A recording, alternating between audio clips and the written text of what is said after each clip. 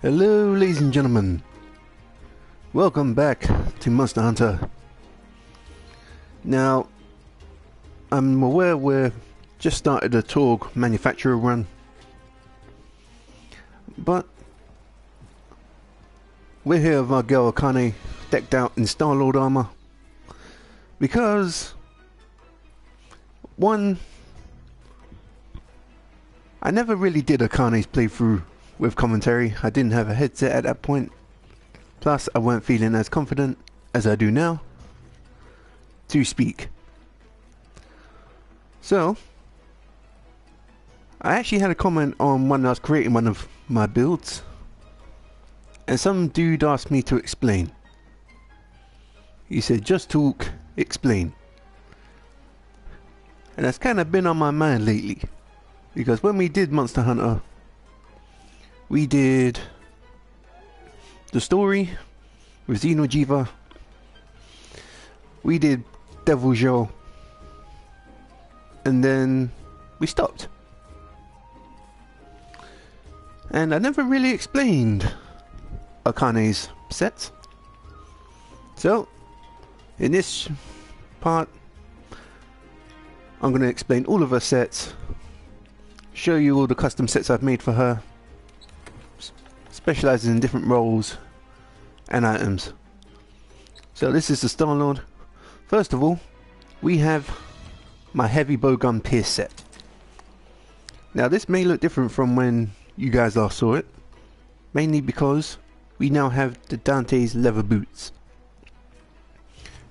These are the skills we're working with. Now, the thing about this set is, it is a Xenojiva killer. Because I don't know if you know this, but piercing shots can actually crit. And with the rapid fire of the Legia Shattercrest,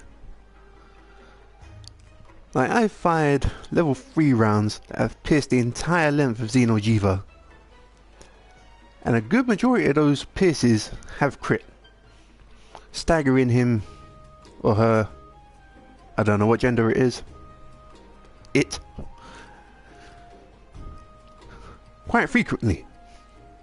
This is actually one of my favorite sets to play, just because I like the piercing bullets, I like how much DPS it can kick out.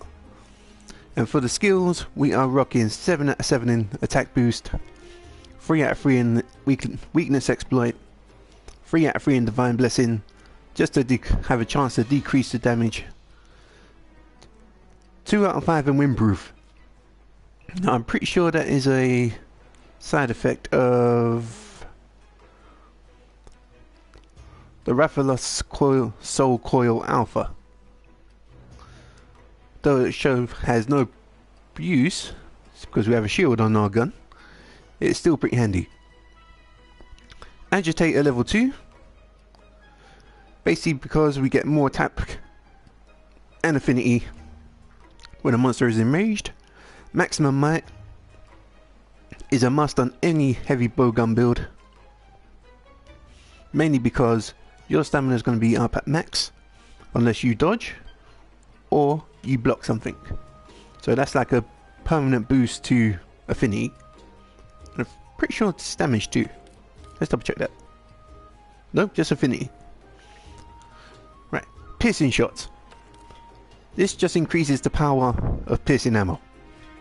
So obviously it makes sense for a piercing build. Fortify, because if you ever do get knocked down or knocked out and carted away, you're going to come back with 15% more attack power. So, you know, it just makes sense. You get a bit of revenge. We're also using the attack charm 3 to achieve the 7 out of 7 in attack boost.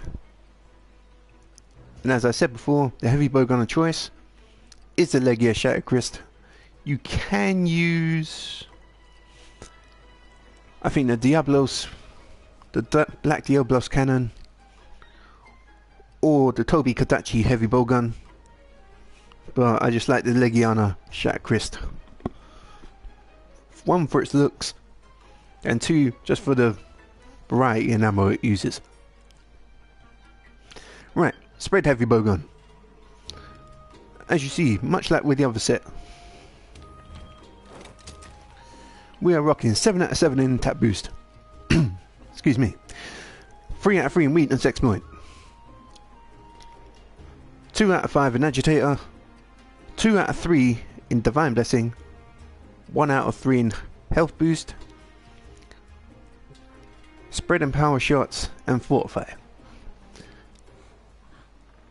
When I feel in a shotgun mood, but not enough to play Warframe, this satisfies me quite a bit. Nothing is more satisfying than just going to the face of a Nergigante or even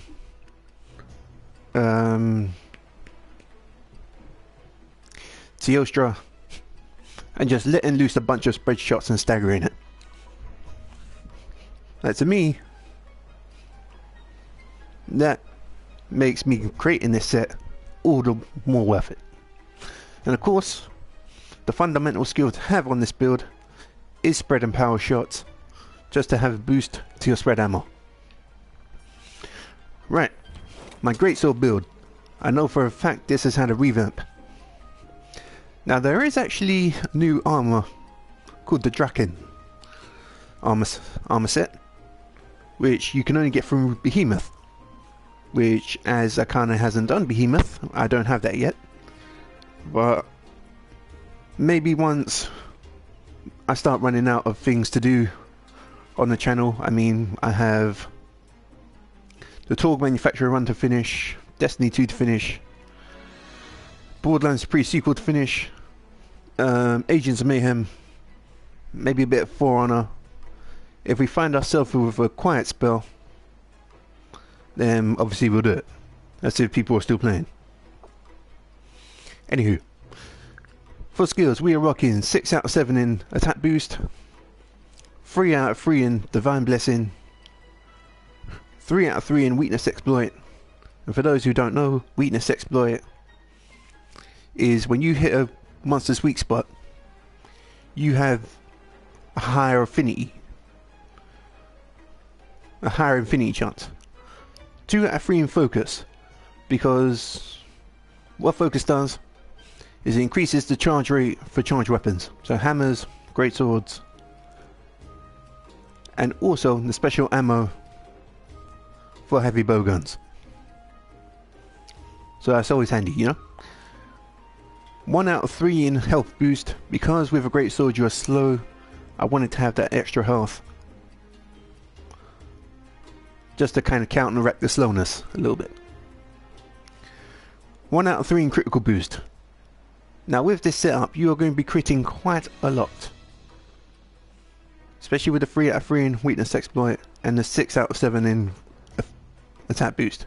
This actually gives the Wavin Ignition greatsword, which is the best greatsword in the game so far, a affinity of, I think it is 6 or 7.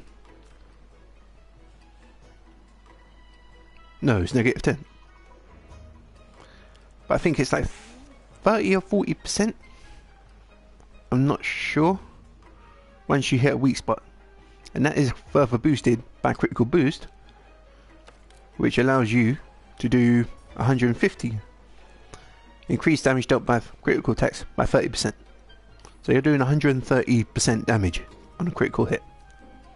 Speed sharpening, just to cut some of the downtime down. Non-elemental boost, a must for this. With its high damage, the Wavin Ignition is the best greatsword, but with non-elemental boost, it gets pumped up to nearly 1,200 damage. That is a powerhouse of a weapon.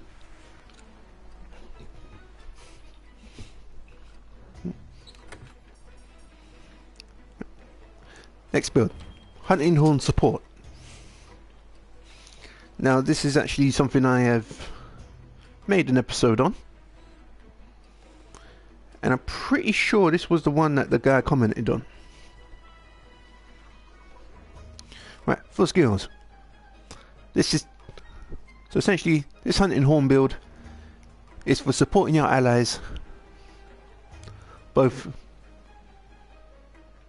in battle and off a battle.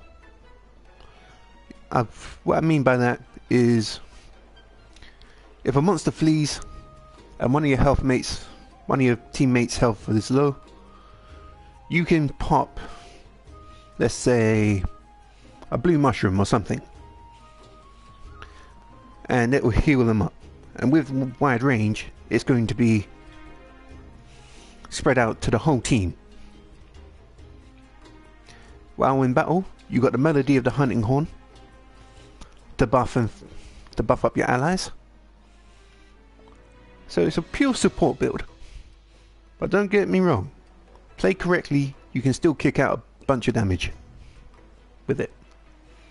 Anyway, for the skills, we have 3 out of 5 in wide range, just so our healing items can affect our teammate in a wider range. Peak performance, our stamina is always going to be full unless we dodge. That's one of the perks of the hunting horn. It don't require any stamina to use, and when you do use it, your stamina comes back moderately quickly, so that's almost a permanent, I think it's 20% affinity boost. No, 10%. 10 attack boost. Right, quick sheath. Odds are, with the hunting horn, it kicks out a bunch of damage. It is powerful, but it is slow. And if you need to heal, you don't want to be sitting through that sheathing animation. So, quick sheath simply just increases the speed at which you put your weapon away, which allows you to heal yourself or allies on the battlefield. Right, speed eating. Another fundamental skill. With speed eating, it increases the rate at which you consume items, which, again, one of the perks of hunting horn is the melody. You don't want to be downtimed from that melody. You want to be able to pop your healing, get back in, get your team a melody up, and carry on like that. Mushroom Mancer. Now this is a very interesting skill. Depending on the rank, you can consume a various mushroom, and that mushroom can bestow a certain bonus or heal to you or your team. At max rank, I think you can eat Mandragora, and essentially it becomes like a what's it called? I think it's called an ancient potion. Basically like one of those potions that increase your health and stamina to maximum. Horn Maestro. Because we're using hunting horn, it just makes more sense to have more of a melody on, more time of our melodies up. Stamina Surge. Again, this kind of counteracts the downtime of peak performance, so we can always get our stamina back faster, which gives us the plus 10 attack boost. Free meal. Now this is a unique skill. Essentially, what this does, every time you eat or drink something in your inventory, you have a predetermined chance not to use it. So according to that, 25% chance not to consume any potion, any mushroom, anything. Which makes you sustaining yourself and your team a lot more viable. Alright. This is not a battle set. This is my gathering set. When I need resources and I need to go out into the world, see, I need ore or fish, excuse me, honey, whatever. This is my go-to. Though this can fight with enemies, it is not specifically built for battle.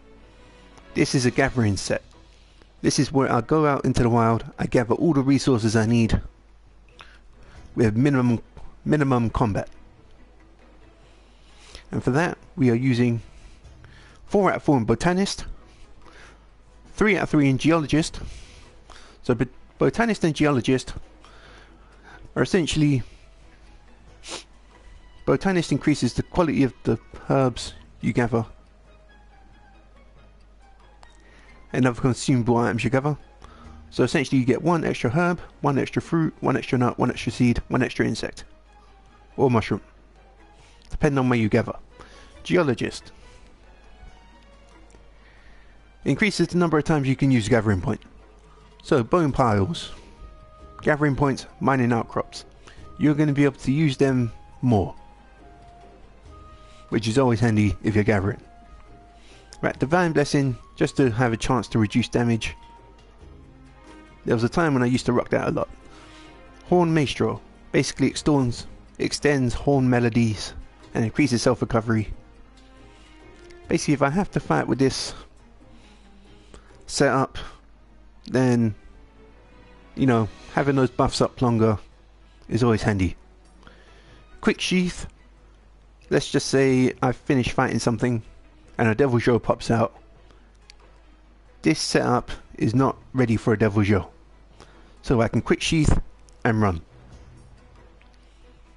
Right, Master Fisher. Master Fisher basically says, as it does in tin, you can catch fish easier. Right, Master Gatherer speeds up gathering and prevents knockback. When you're gathering resources and say that Jagras comes at you, you don't want to keep getting knocked back. So this is pretty much fundamental on a gathering set. Honey Hunter, 1 extra honey, always good. That's used for mega potions and max potions, I believe. Carving Pro prevents knockback from English. Prevents knockback while carving. Again, always useful. You don't want to be carving up, let's say, Gyros or Jagras materials, and you keep getting knocked back by the Vespoids. Right, Scent Hound. Though this isn't mandatory, it is quite handy. Say you're gathering monster tracks to try and fill out your research. This increases your Scout's Fly's gauge. So essentially, that gauge that levels up, this skill actually increases the, I guess you could call it experience that this gives it.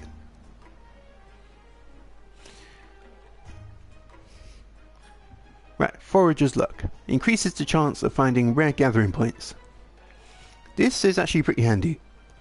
It procs kind of, I don't want to say it don't proc very often, but it does come into play a lot.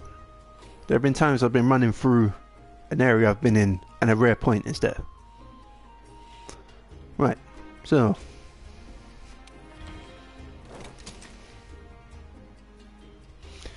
an elemental build.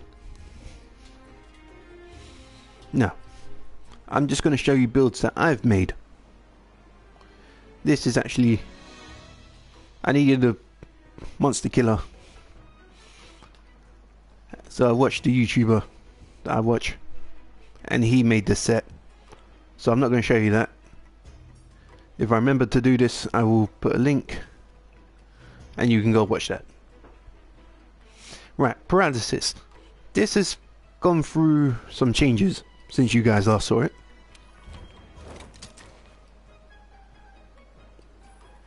Right, there's something I need to change here quick. Pretty sure this isn't. Yeah, okay. Anyway, so the Paralysis build has gone through a bit of a change. We're still using the Gyros, 2 pieces Gyros, and Aldebaran and Dragon King. However, we are no longer using Koltaroth, Vambraces, and the bone. Oh, what's it called? Insect Glaive. That's it. reason is,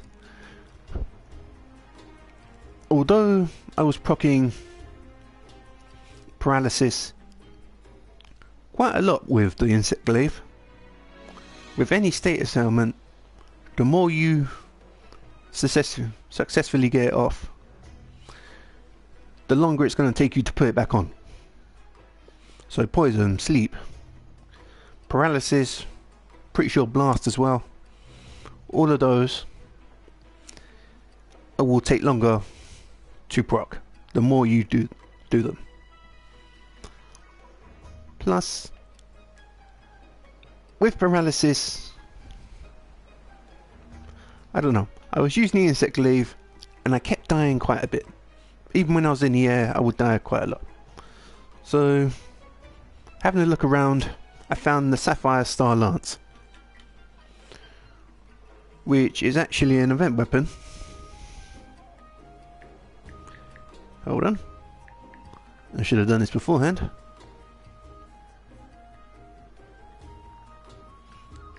I will tell you where you get the tickets for that. So this is actually an event weapon. You use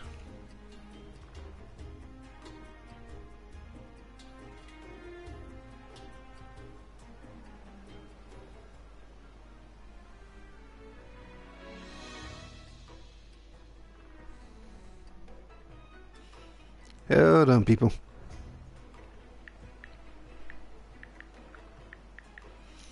Right. So essentially, although I was proccing paralysis with the aerial insect glaive, I mean, I don't know why I call it the aerial lance.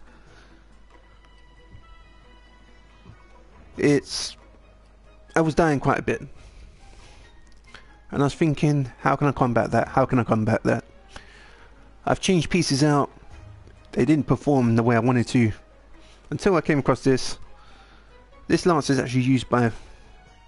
To get this lance, you actually need 3 First Fleet tickets. To get these tickets...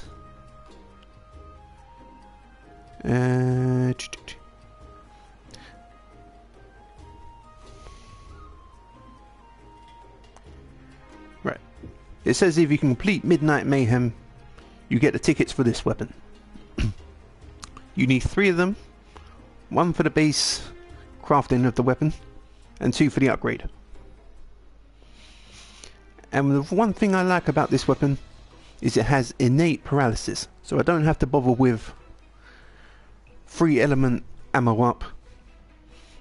That frees up quite a bit to experiment. As you saw, I could swap out the Awakening Charm for the Attack Charm 3, and I could swap out the Cold to Rough braces with the Damascus Fan braces. So anyway, altogether we have 3 out of 7 in attack boost, 3 out of 3 in a paralysis attack, which gives us a 20% build up plus 10 paralysis on the weapon. Weakness exploit, it's mandatory on pretty much anything. You hit a weak spot, you're going to get increased affinity, which means more damage. Speed sharpening. Basically, to cut down the downtime. There have been many times I've gone to sharpen my weapon. Excuse me. I've gone to sharpen my weapon, and as soon as I get to that last grind of the whetstone, a monster comes and interrupts me, and I have to do it all again. This eliminates that. So you just have to do 1 grind of the whetstone, then that's it, you're back in action.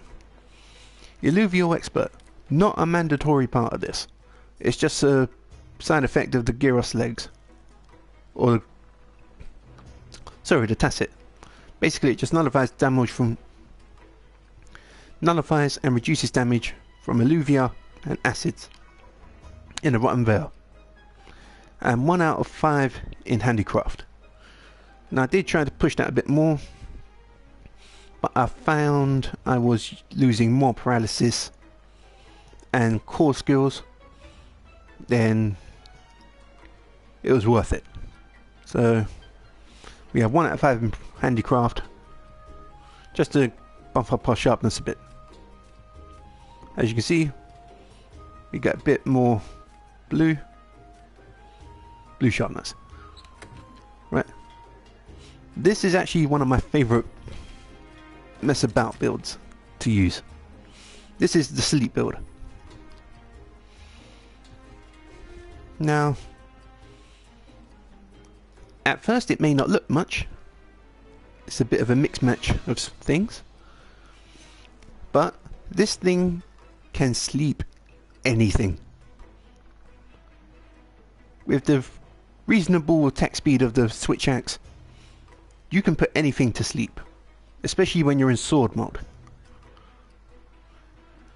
And with the exhaust file of the Jagras Raider, not only are you putting them to sleep, you're exhausting them, which means they have less stamina to pull off some of their beefier attacks. So for this build, also I'd like to point out, although there is Bombardier on this, bombs are not a main focus of this build. They're mainly a they're mainly there to season it up a little bit. Right, so we have 3 out of 3 in sleep attack. That gives us excuse me, a 20% build up and a plus 10 bonus, much like the paralysis. 3 out of 3 out of element, 3 out of 3 of free element and ammo up. Basically, it unlocks the sleep attribute of the Jagras Raider, because without it,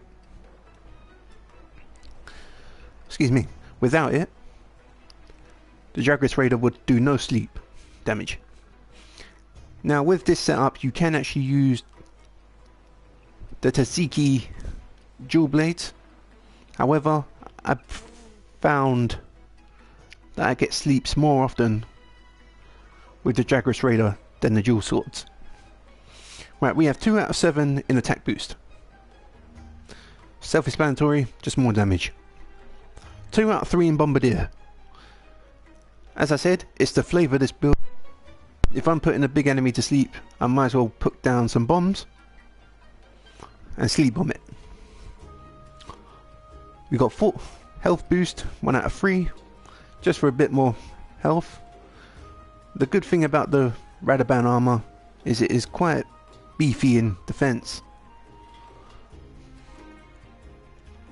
so having extra health just helps you along. We have Fortify, just for the increased damage when we go down. Guard is no use to us. Unfortunately, it's just a side effect of the Radaban gloves. And speed sharpening, just to take some of the edge off. Right, poison. This actually took me a while to decide what weapon I wanted to use. Ooh. Wrong button. Right, so I actually wanted to use the sword and shield from the Pink Rathian for this, but on closer experimentation of it, I found the insect glaive to be much more effective at applying the poison. We do have the 3-piece Pink Rathian set bonus, poison duration up, mandatory for this build. You need the duration up. Essentially, it's just more poison, more damage for you, and a longer duration. Means less time you have to spend wailing on a monster to apply poison. Right, we have 4 out of 7 in attack boost, just for the extra damage, and I think 5% affinity at that level. 3 out of 3 in poison attack, for the 20% build up and the plus 10 poison. 3 out of 3 in speed sharpening, just to cut down the sharpening animation. 3 out of 3 in tool specialist. Now tool specialist actually helps speed up the recovery time of your mantles. And it seems we're going to be using the apothecary mantle quite a bit with this build. to poison a foe. Basically, it just makes sense. Less time for you to get faster poison, essentially. Right. 2 out of 5 in windproof. Though it's not mandatory, and noticed it does help a lot. When you're jumping up in the air and a gust of wind hits you, it can knock you out that animation. So honestly, this just helps you resist the wind a little bit. Right. We have 1 out of 3 in the evade extender.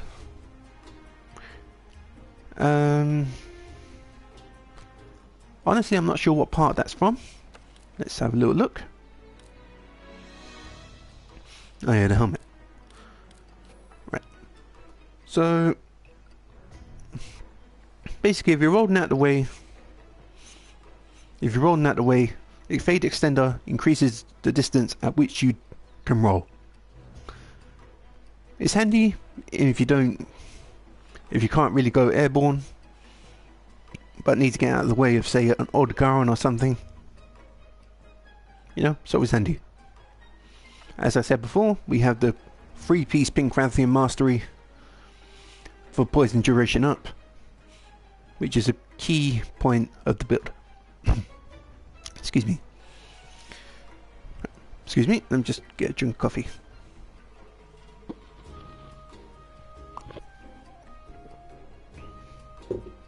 Excuse me. Right, next build. We have a fire build. Also, I would like to point out, all these setups are not top tier. Okay? I know that. I have farmed for decorations all for a lot of time, and I have not got any decent decorations.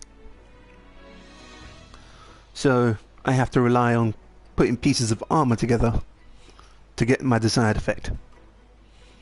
So, for the weapon, we are using the Royal Cord Maker. This thing hits like an absolute truck. It has 310 elemental damage. That's with the boosts of the fire attack, and a 33% affinity. That, coupled with weakness exploit and critical eye, absolutely smashes enemies. And also with the 2-piece Rathalos Mastery, which is critical element, so you do increased fire damage when landing critical hits. It just synergizes all well. Anyway, for the skills, we are using 4 out of 7 in attack boost, 4 out of 5 in fire attack. I have not got a fire attack gem, so otherwise that would be a 5 out of 5. Basically, it gives me extra fire damage on my weapon, plus some affinity, which in total equals more power. We have 3 out of 3 in weakness exploit. I've explained that before. Mandatory, almost anything. Critical eye just increases the affinity of the weapon. That's why I'm sitting at 33% instead of 30. Handicraft to increase the sharpness of the weapon. Fortify with the power of the hunting horn doing like nearly 850 damage. If you get carted off twice, you are getting a 30% boost to that damage. You are going to be smashing things. And nothing is more satisfying than smashing things with a giant bell. Right, quick sheath. Excuse me, don't know what's wrong with me today. Right, quick sheath.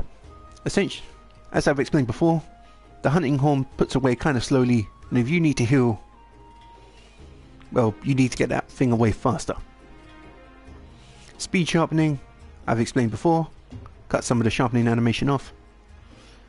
And we do have Rathalos Mastery for critical element.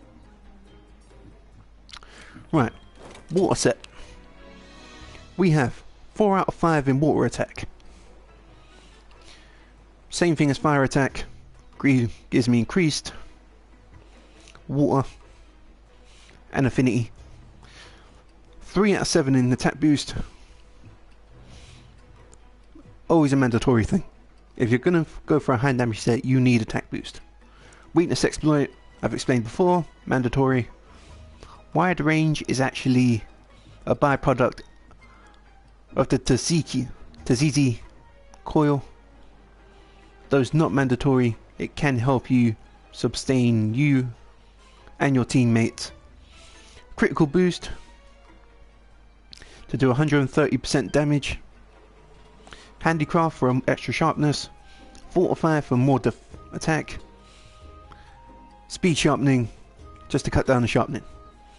And of course, with any element build, we are rocking 2 pieces of Rathalos for critical element. This is good. Right, ice. I will warn you. This looks kind of atrocious. You can put layered armor over these. Okay, if you don't like how they look, you can put layered armor over them and look fancy. Okay. Right, with this setup, we are rocking 5 out of 5 in ice attack. This gives us an extra 10% attack, ice attack, plus an extra 100 on the weapon itself. Right. 3 out of 7 in attack boost, mandatory, as I've said before. 3 out of 3 in recovery up. Now this is interesting. Basically, recovery up increases the amount recovered when you're restoring health. So instead of doing 100% of a mega potion, you'll be doing 130% of a mega potion. And upon testing that out, that almost rivals a max potion. Depends on how much health you have at the time. Right, weakness exploit, don't need to explain that. You hit a weak spot, you get increased infinity. 2 out of 5 in handicraft, just for the extra sharpness. That puts us at a big chunk of blue. Fortify for the extra damage when we get carted, and speed sharpening just to cut down the sharpening. Okay, thunder. So I am using one of the Koltaroth relic weapons, and this is the Kirin version of the Koltaroth. Hunting horn. You can use, I think it's the Tobi Kodachi's sword and shield. The Thunder Piercer, the Kirin Lance, is also a viable weapon to use with this set. Only reason I don't have any of those, one, I didn't really want to do a sword and shield build, and 2, I absolutely despise hunting Kirin. Like you'll see later on, I have the Koltaroth weapon and the leggings that I used for my sleep build, because honestly I could not take it killing Kirin. It is obnoxious, it hits way too hard. Like, that's one thing I never understood. I could, well, not so much tank as Supernova, but with the right setup, you can take one of Teostra's Supernovas to the chin. And I've used the Koltaroth set. I have like nearly 700 defense on that set. I have taken a Teostra Supernova to the chin. Barely any damage. However, once I've taken that to against the Kirin, suddenly Kirin's Thunderbolts turn into Zeus. And he just goes, nah, sit down. Calls a Thunderbolt on your head, instant KO. Like, that thing is obnoxious to fight. Anyway, back to what we were doing. We have 4 out of 5 in Thunder Attack. Basically, prior to the other ones, we have increased thunder damage and an extra bonus to the weapon. As you can see, we're sitting at a very, very nice 670 thunder. 3 out of 5 in attack boost, don't need to explain that. Extra damage equals more kapow. Weakness exploit, you hit a weak spot, you're going to do increased critical. Always good. Thunder resistance, though it's handy, it's not mandatory. It's just a byproduct of, I think it's the Kirin or the Tobi Kadachi, either the Kirin arms or the Tobi Kadachi waistcloth. Excuse me. Critical boost is from the Wrath Soul Helmet Beta.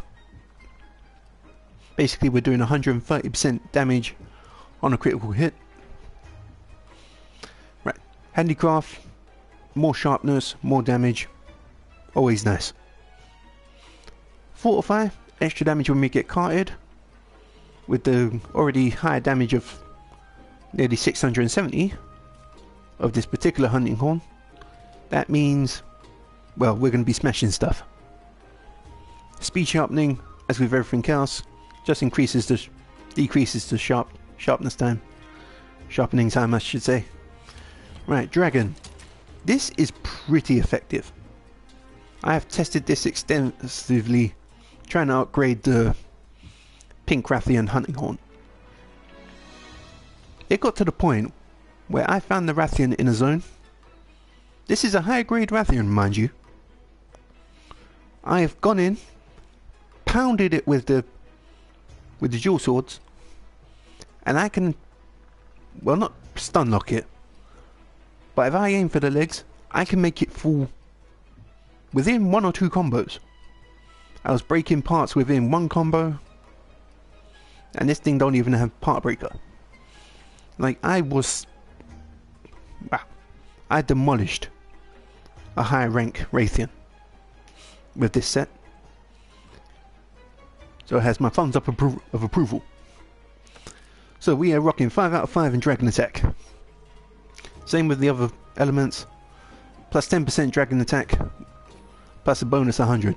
Putting us at 350 dragon attack on this. Excuse me. Right, we have 4 out of 7 in attack boost.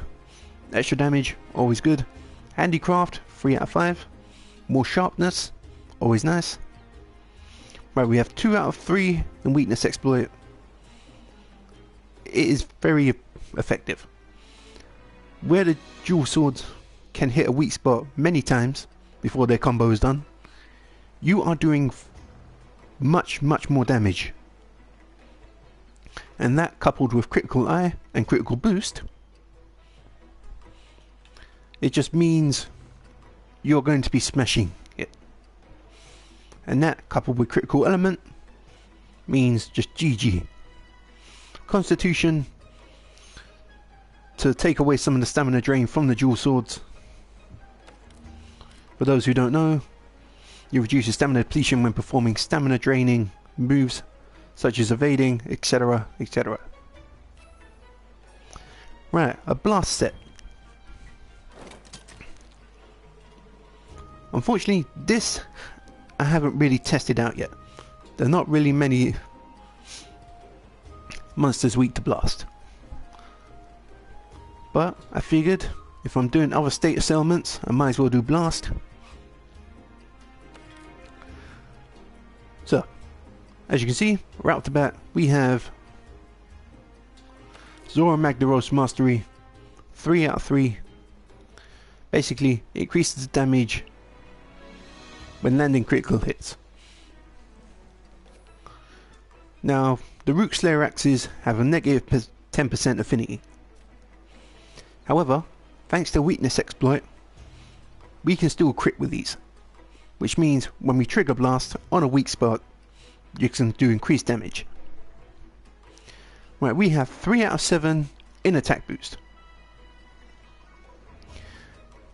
As I've explained before, increased damage, increased infinity, always nice. 3 out of 3 in weakness exploit, I've explained it before. You hit a weak point, hit a weak spot, increased affinity. Windproof, just to take away some of the knockback wind attacks. Sorry. Right, 3 element up is not needed. the Rook Slayer hand axes actually have innate blast on them. And I'm aware, if you don't like the Rook Slayer hand axes, you can use the Teostra sword and shield. Any of the Teostra weapons will suffice. I just wanted an excuse to use the hand axes because I think they look pretty cool. But for a higher blast value, I would highly suggest you use one of the Teostra weapons. It's just going to do you much better than the hand axes. Right, handicraft, increased sharpness. Fortify for when we get carted, extra damage. Speed sharpening, cuts down sharpening time. Bombardier is not mandatory. However, I think it's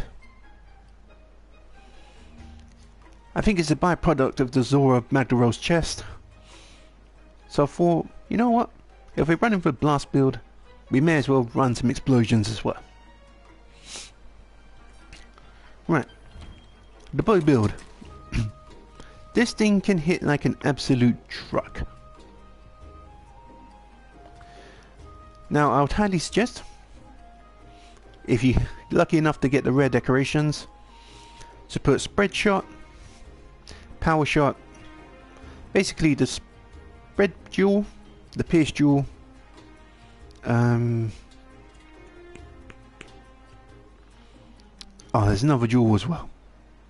But essentially, any decorations that allow you to use a certain type of coating, the spread power shot and the pierce power shot, I would highly suggest, if you have those, put them in a bow set. It just gives you more variety of ammo to use, and you know, it just increases everything you do with the bow.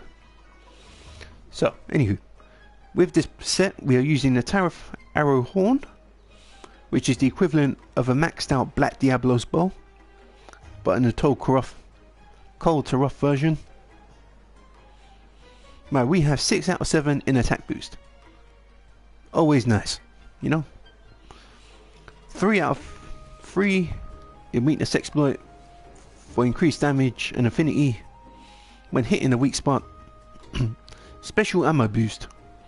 Now this increases the power of your Dragon Piercer, which is the bow's special move.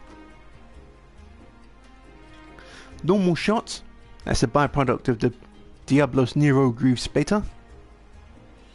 They basically just increase your arrow damage. So every time you fire your arrows, you're getting increased damage thanks to the Diablos legs. Stamina Thief is actually pretty handy. For those who don't play the bow very often, excuse me, for those who don't play the bow very often, you would know there is an attack that you fire up a bag of balls. And what will happen, those balls will rain down, and if you hit an enemy on the head, you can drain stamina from them and actually entice a knockout. So Stamina Thief just helps with that stamina drain of that. Excuse me. What's wrong with me today? Latent power. I don't think that's a pretty good skill. Yeah. Basically, if a certain time passes or you take a certain amount of damage, that is going to proc and give you extra damage and extra affinity. It's not a good skill to have. If I could, I wouldn't really be using it. But you know, it's on one of the mandatory pieces on this armor, so unfortunately I have to deal with it. Right, we have Fortify, just for the increased damage if we get carted. Non-elemental boost. What I said earlier about having used the types of coating, ignore that. I forgot that with non-elemental boost, if you do just use those decorations, you would lose out a pretty sizable chunk of damage. As you can see, with non-elemental boost we have 312 damage,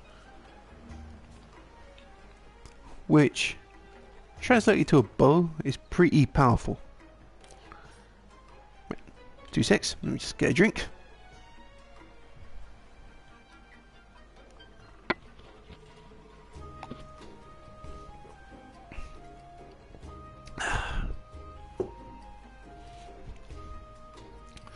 Okay, insect glaive.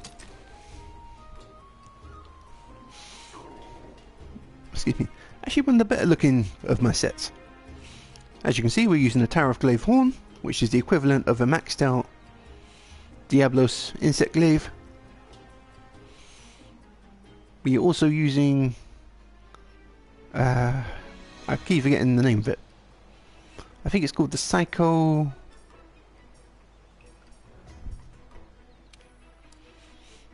the Pseudocanth. So essentially, this thing gives you increased power and speed. However, if you try and heal with it, it's not going to be as effective as any of the other bugs. But the speed and power boost it does give you is quite sizable. Right, for the skills, we have 5 out of 7 in attack boost for extra damage, 4 out of 5 in earplugs. One of the things I really disliked when I was using the insect glaive is when I'd go up in the air, a monster would roar. And when they roar, it knocks you down. With earplugs, it nullifies that.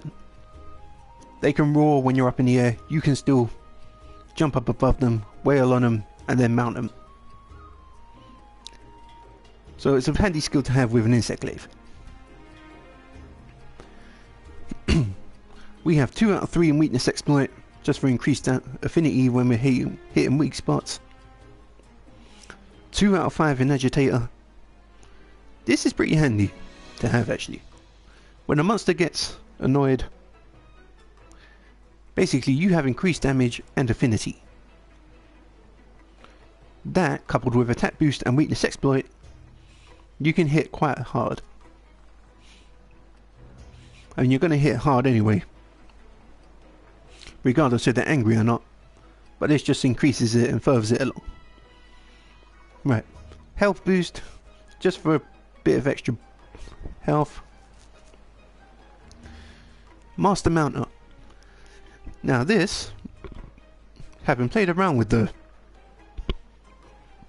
insect glaive, I found I was mounting monsters quite a lot. This pretty much guarantees a guaranteed mount. So if you're attacking an enemy from above, you're going to jump on its back almost, okay, almost 100% of the time.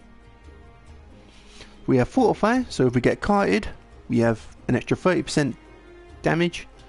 Well, 15, but 30 if you get carted off twice. Speed Sharpening, to increase the sharpening time of the weapon. Divine Blessing, just for that little chance of decreasing damage. Jump Master increases, I think it's affinity of jumping attacks. Where is it?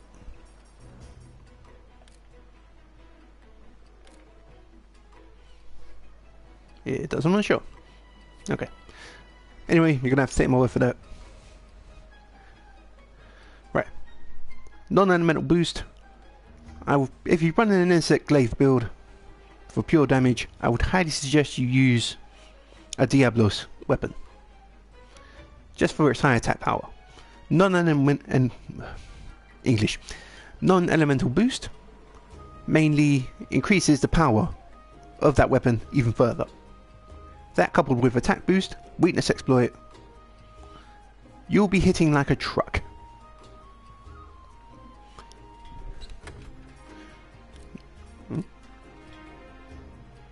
Here we are.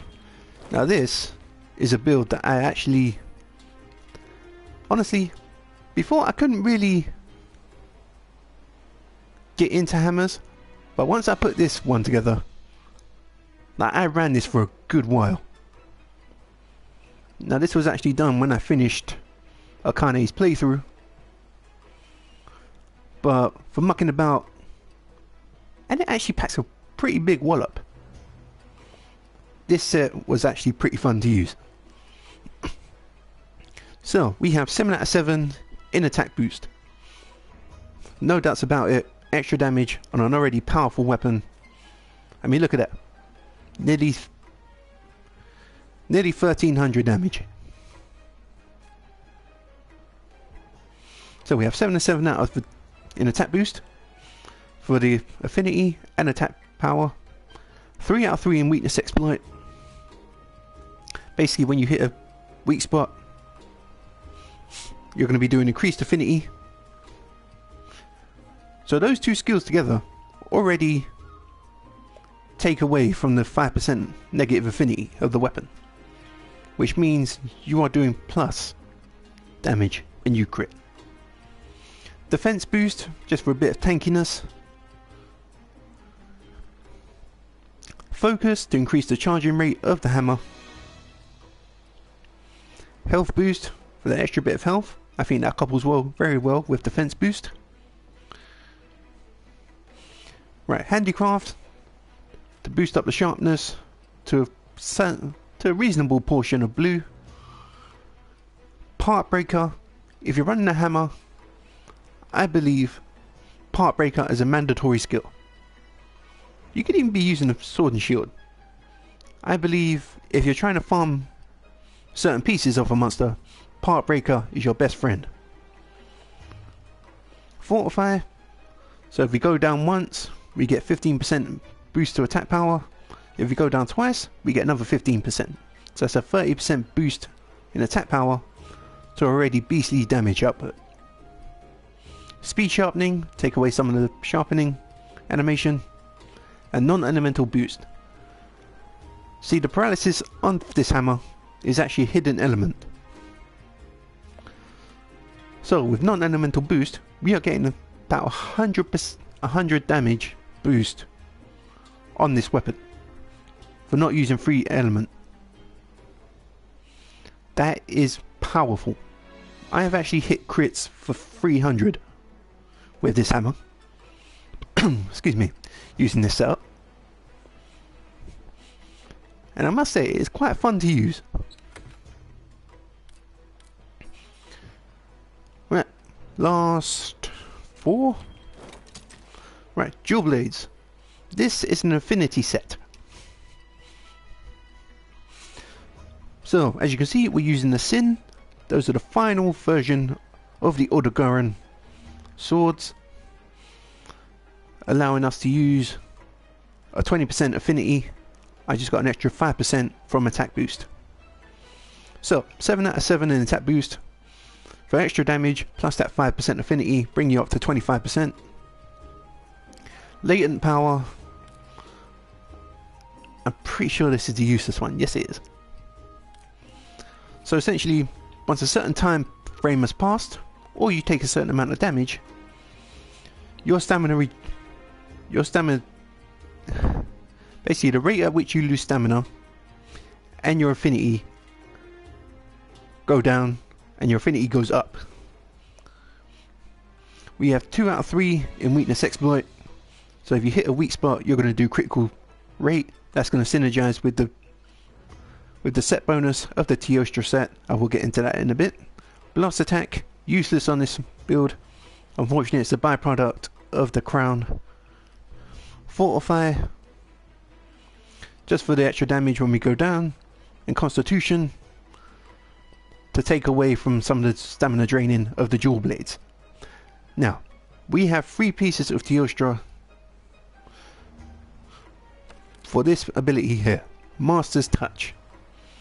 When you crit, it prevents your weapon from losing sharpness. This procs pretty often. With dual blades, weakness exploit, the 5% from attack boost, plus the innate 20%, you are critting quite often. And so your sharpness is pretty much never going down. If it does, it goes down a tiny bit. I have gone into a hunt for 10 minutes and I didn't need to sharpen once. Please note that these weapons are on white sharpness. And the time I did need to sharpen, it was about 12 minutes in. So, It procs very often. If I didn't have to rely on the free piece of the Teostra for Master's Touch, I would definitely put the Rathalos Soul Helmet for critical boost, just to do increased damage when I crit. But if you have the decoration for that, by all means, go ahead. Right, Sword and Shield. This is not my go-to setup. By that I mean, it is very effective, don't get me wrong. But something about Sword and Shields never really clicked with me. So, though this build is effective,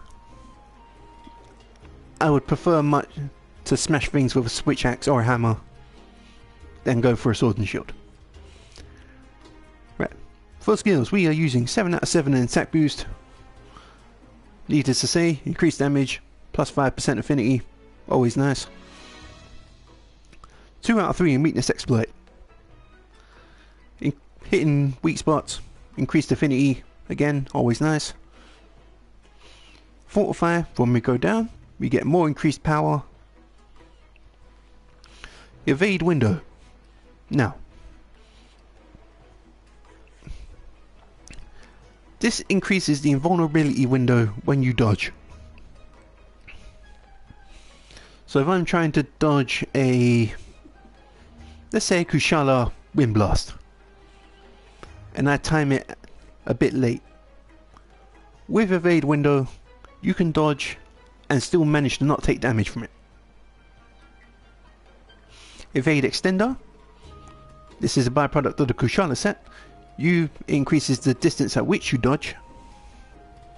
That coupled with evade window makes a pretty good combination for evading. Health boost, just for an extra bit of health. Critical eye for a bit more affinity on the Mud Gold Scimitar, which again is the Kol Taroth version of the Barath Sword and Shield. 1 in handicraft, just to buff up our blue sharpness. A non-elemental boost, because again the paralysis on this weapon is locked by a free element, so you're just getting a boost in damage. A 307 damage boost is not bad. Right, having experimented with the hunting horn, I considered putting this set together.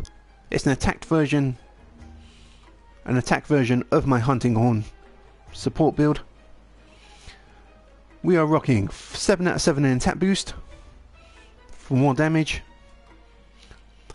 3 out of 3 in maximum might, because again, as I said before, unless you're dodging, the melody of the hunting horn requires no stamina.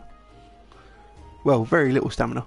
And even that is regenerated very quickly, so this is almost a permanent, I think it's 30%?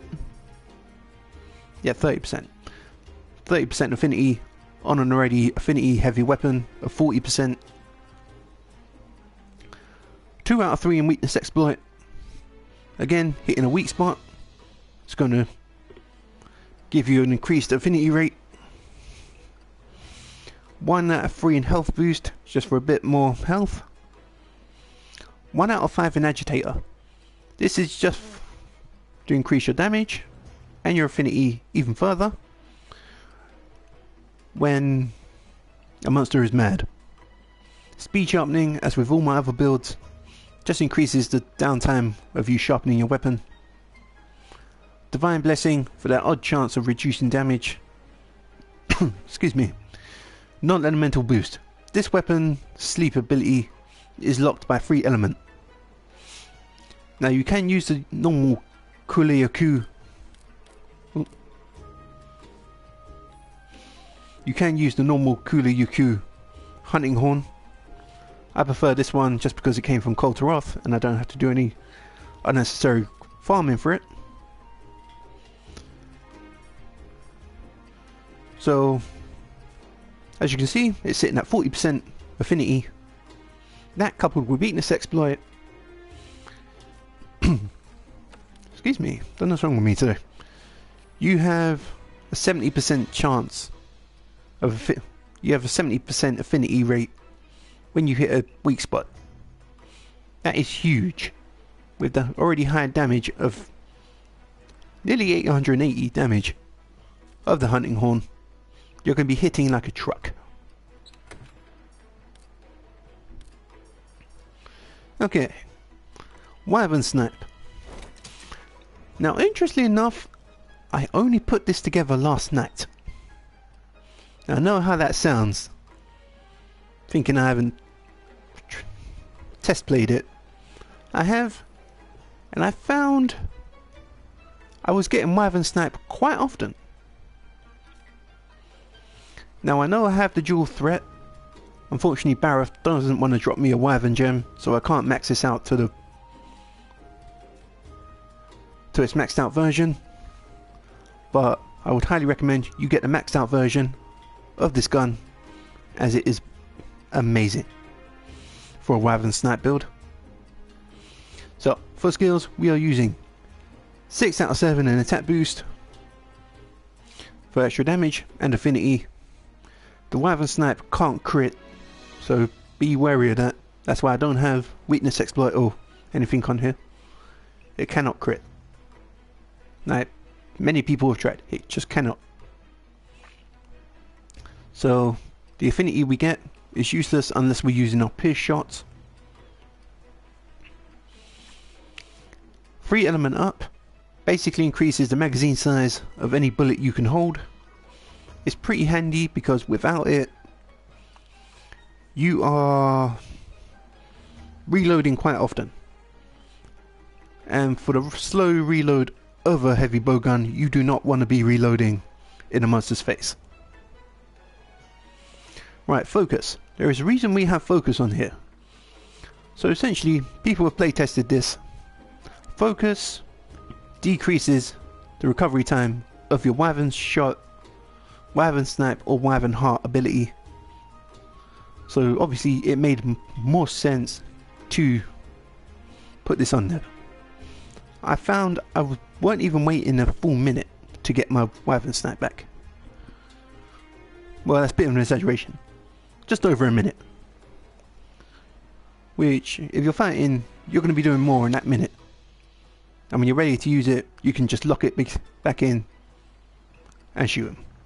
Latent power, again, it's a useless skill.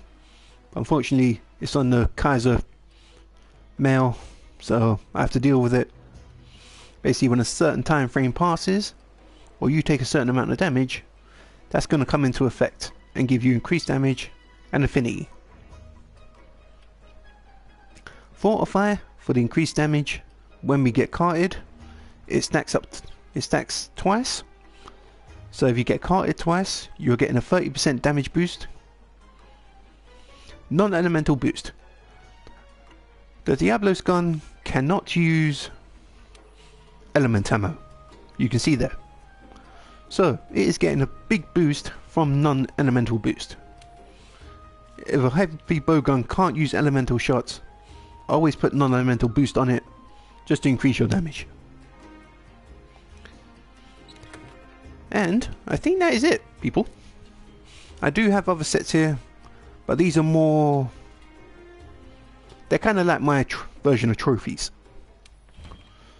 just to show that I've killed that monster to a certain extent. So as you see, we have the Zoro Maddaros set, Teostra, Nergigante. These are mostly Elder Dragon sets. These are like my trophies. Valhazak, which was my go-to for the pretty much the end part of the game. The Kolv Taroth set, as you can see, with this setup, I'm currently sitting at nearly 450 defense. It's very nice. Kushala Deora. This was a pain to get. I don't like fighting Kushala at the best of times, but I would prefer fighting Kushala over Kirin. As you can see, I just have a cold to rough weapon. Kirin is such a pain to kill that I just couldn't do it anymore. I was going to make the lance, but I thought, no. Because I was legitimately getting mad farming Kirin. He would do a thunderbolt on my head. Even with high defense, he would one-shot me. And I was just like, no, I'm not putting myself through that a few more times just to get a weapon. Right, Xenojiva. Again, it's just my trophies. Odogaron. I did play through, I think it was the beginning part of high rank with this set. The Horizon Zero Dawn armor. Just for a bit of fun, you know. Damascus. I've always liked Damascus armor, but I can never explain why. Like, since the very first Monster Hunter. Wait, it wasn't in the very first Monster Hunter. I think it was Monster Hunter 2 when they introduced Damascus. Like, this was my go-to set. For some reason, I liked it. Plus, for those who play Paragon, the helmet reminds me of Terra. Rip Paragon, eh? Anyway, the Devil May Cry collaboration set. The Devil Joe. The Azure Star-Lord set, which you can actually get now. Today is Wednesday, the 26th of September. The Autumn Festival is on. I would highly suggest you guys do it. Do the USJ quests. Get yourself this armor set. The skills are kind of okay, but you know, it looks cool. And in the end, that's all you really need. The Halloween set and the summer set.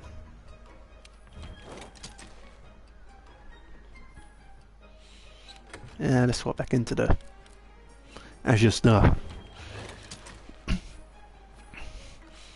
Right. That is actually it, people. Thank you so much for watching.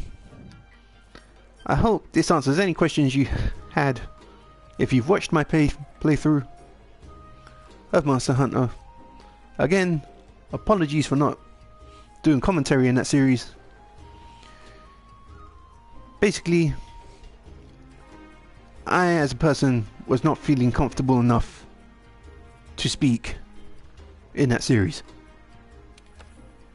So, stay tuned. We're going to be carrying on our Torg manufacturer run. And I'll see you guys later. Bye bye.